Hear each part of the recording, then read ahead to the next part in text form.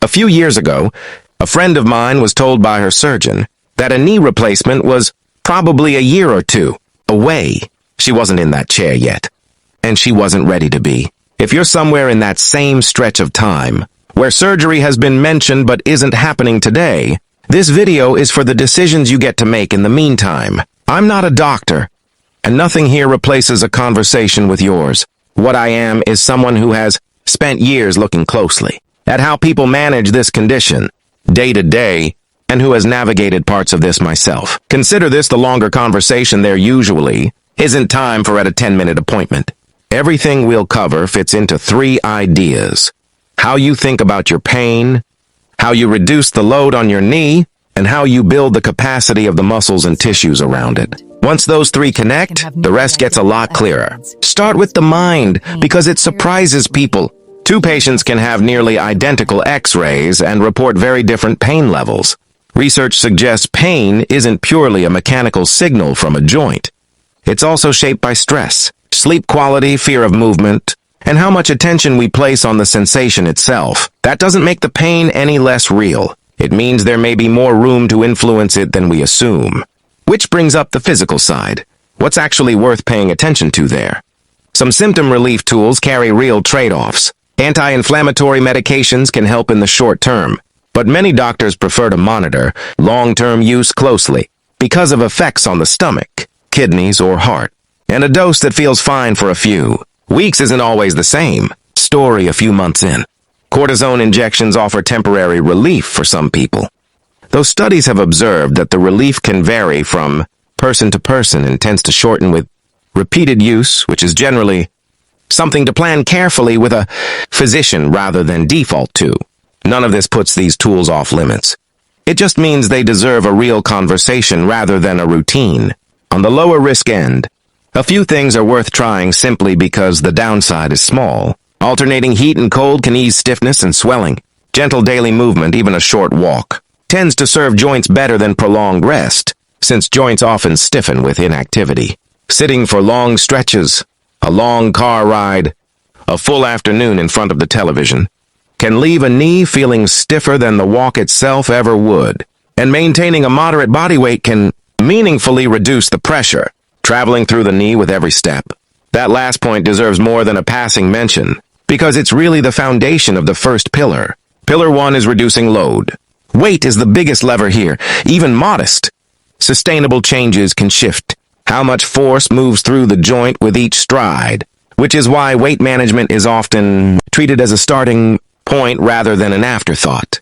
Footwear matters too. Supportive, cushioned shoes reduce jarring impact, while worn-out shoes can quietly add strain without you noticing until a flare-up makes it obvious. Some people notice certain foods seem to worsen their symptoms, though this varies enough from person to person that it isn't a universal rule. And assistive tools like a cane or a brace aren't a sign of giving in. Many people find they simply redistribute pressure so the joint gets a break during flare-ups without becoming a permanent crutch. With load reduced, there's room for pillar 2, building capacity. Strengthening the muscles around the knee, particularly the quadriceps and hips, is one of the most consistently discussed strategies among physical therapists, because stronger supporting muscles can absorb impact the joint would otherwise take directly. Low-impact activities like swimming, cycling, or a guided physical therapy program are often favored precisely because they build that strength without hammering the joint itself. Balance work is sometimes overlooked here too.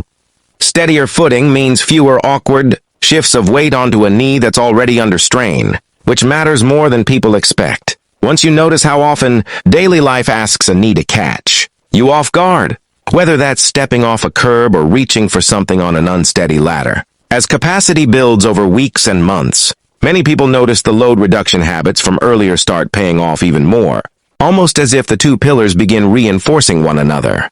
Beyond exercise, this is also where injection-based options like platelet-rich plasma sometimes come up. It's worth knowing the category exists, but it belongs firmly in the discuss with a specialist bucket, not the try this yourself one, since outcomes vary widely and it isn't something to weigh without a doctor who knows your specific knee. That specialist conversation is also where other advanced options live, things like viscosupplementation injections or newer regenerative treatments, occasionally discussed in orthopedic circles. These remain under study, with outcomes that differ from person to person. Knowing the landscape exists is useful. Treating any of them as a guaranteed path isn't, and that's a decision.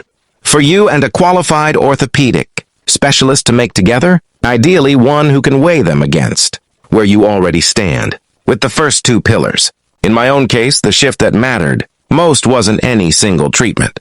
It was noticing that my worst pain days were almost always the days I'd slept badly or skipped my strengthening routine, not the days I'd done something physically demanding. That pattern took a while to see clearly. Honestly, because it's tempting to blame the last thing you did, rather, than the things you didn't. Once I started tracking it, though, the connection was hard to ignore.